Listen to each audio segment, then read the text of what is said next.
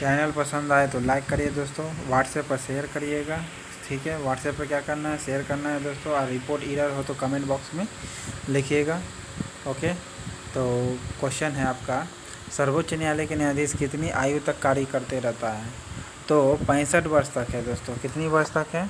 65 years तक है। ठीक है, तो इनमें से कोई ऑप्शन नहीं होगा, तो 65 ईयर्स तक है। आपको बता चुके हैं कि 65 ईयर्स तक सर्वोच्च न्यायालय के न्यायाधीश काम करता है। नेक्स्ट है, सर्वोच्च न्यायालय के न्यायाधीशों को उसके पद से केवल किन प्रमाणित आधारों पर हटाया जा सकता है? कदाचार और असमर्थता। ठीक है, इन दोनों के आधार पर हटाया जा सकता है। ठीक है, गलती से मरा गया दोस्तों। इस दोनों के आधार पर उच्चतम न्यायालय के न्यायाधीशों की सेवानिवृत्ति की आयु 65 वर्ष है, और इसे कदाचार और असमर्थता, इन दोनों के आधार पर महाभियोग लाया जाता है। महाभियोग वो भी दोनों सदनों में 2/3 बहुमत से हटाया जा सकता है। और CAG के भी यही प्रक्रिया है दोस्तों, कि जो उसका CAG है, ठीक है, कंट्रोलर ऑडिटर जनरल को भी हटाने का 2/3 प्रोसेस है, बहुमत से हटाया जा सकता है। वो भी दोनों ही सदनों में लाना होना चाहिए। नेक्स्ट है, सर्वोच्च न्यायालय के न्यायाधीशों को कदाचार एवं असमर्थता के प्रमाणित आधारों पर संसद किस तरह महाभियोग का प्रस्ताव पारित कर सकती है? अभी जस्ट बताएं दोस्तों कि दोनों सदनों में अलग अलग कुल सदस्यों की संख्या का बहुमत नहीं बल्कि 2/3 सदस्य होना चाहिए। ठीक है, तो अलग अलग कुल उपस्थित सदस्यों के बहुमत द्वारा, उपस्थित मतदान करने वाले सदस्यों के 2/3 बहुमत द्वारा, 2/3 बहुमत द्वारा संसद के दोनों सदनों द्वारा अलग अलग अपने कुल सदस्यों की संख्या का बहुमत होना चाहिए, तथा उपस्थित एवं मतदान बहुमत तो होगा ही 2/3 है, तो निश्चित बहुमत एक तरह से कल आ रहा है वो, एवं मतदान करने वाले जो सदस्य होता है उसका 2/3 सदस्य होना चाहिए। ठीक है, तब इस पर महाभियोग द्वारा हटाया जा सकता है। दुर्व्यवहार या असमर्थता के आधार पर 2/3 होना चाहिए। कितना होना चाहिए? 2/3, याद रखिएगा। सर्वोच्च न्यायालय के न्यायाधीशों के विरुद्ध महाभियोग का प्रस्ताव पारित हो जाने पर पदच्युति का आदेश कौन जारी करता है? तो राष्ट्रपति जारी करेगा। ठीक है, सर्वोच्च न्यायालय के न्यायाधीश के विरुद्ध अगर महाभियोग जो प्रस्ताव होता है वो पारित हो जाता है, तब पद पर पदच्युति का आदेश कौन जारी कर सकता है? मतलब पद छोड़ने का। ठीक है, पद के जो उचित है वो उसको आने का बोलता है, यानी आप हटने का बोलता है। ठीक है, तो दोनों न्यायालय में 2/3 बहुमत से होना चाहिए दोनों सदनों में, तब उस पर महाभियोग पारित हो जाता है, और राष्ट्रपति इसको हटने के लिए कह सकता है पदच्युति के लिए। सर्वोच्च न्यायालय के किस न्यायाधीश के विरुद्ध 11 मई 1993 को, कब दोस्तों? 11 मई 1993 को लोकसभा में लाया गया महाभियोग प्रस्ताव असफल रहा था? तो न्यायमूर्ति B रामास्वामी के खिलाफ जो आया था, तो 1990 में लाया गया था, नहीं बल्कि पंजाब और हरियाणा में ये जज रह चुके थे, जो 1993 में लाया गया था। 11 मई 1993 को लोकसभा में लाया गया था, और महाभियोग प्रस्ताव जो क्या रहा? असफल रहा था। क्या रहा था? असफल रहा था महाभियोग प्रस्ताव। 11 मई 1993 को 11 मई 1993 को 12 अप्रैल 1993 को क्या हुआ था घटना है? आप बताइएगा दोस्तों कमेंट बॉक्स में। तो 11 मई 1993 को लोकसभा में लाया गया महाभियोग प्रस्ताव क्या रहा था? असफल रहा था। किसके खिलाफ? रामास्वामी के खिलाफ। 1993 में लाया गया था रामास्वामी के खिलाफ, कहाँ? लोकसभा में, जो कि पारित होने से ये गिर गया।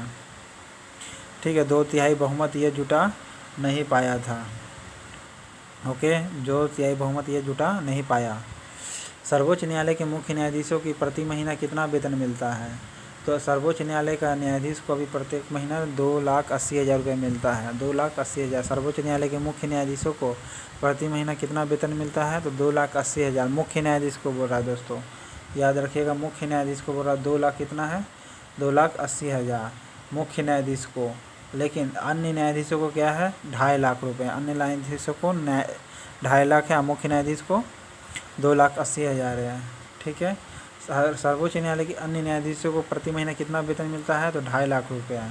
ठीक है, मुख्य न्यायाधीश नहीं बल्कि अन्य न्यायाधीश बोला। मुख्य न्यायाधीश को 2,80,000 और अन्य न्यायाधीश जो होता है उसको 2.5 लाख रुपये प्रति महीना मिलता है। जब राष्ट्रपति और उपराष्ट्रपति दोनों के पद खाली हो तब उनके काम कौन करेगा? तो भारत के मुख्य न्यायाधीश करेगा। ठीक है, भारत के मुख्य न्यायाधीश करेगा, जिसमें भारत के संविधान में ऐसी व्यवस्था है कि राष्ट्रपति के अनुपस्थिति में उपराष्ट्रपति कार्यकारी राष्ट्रपति का दायित्व निभाता है, लेकिन यदि किन्हीं कारणों से राष्ट्रपति उपराष्ट्रपति दोनों ही पद खाली हो तो सर्वोच्च न्यायालय के मुख्य न्यायाधीश का काम निभाएगा, ठीक है, दायित्व निभाएगा। भारत के इतिहास में ऐसा एक ही बार हुआ है। कितना बार हुआ? एक ही बार आया है जब किसी सर्वोच्च न्यायालय के मुख्य न्यायाधीश ने राष्ट्रपति का दायित्व निभाया है। न्यायमूर्ति यानी मुख्य न्यायाधीश एम हिदायतुल्ला जी ने राष्ट्रपति जाकिर हुसैन के निधन पर जाकिर हुसैन के निधन के बाद उपराष्ट्रपति बीबी गिरी भी अपना पद छोड़ दिए थे।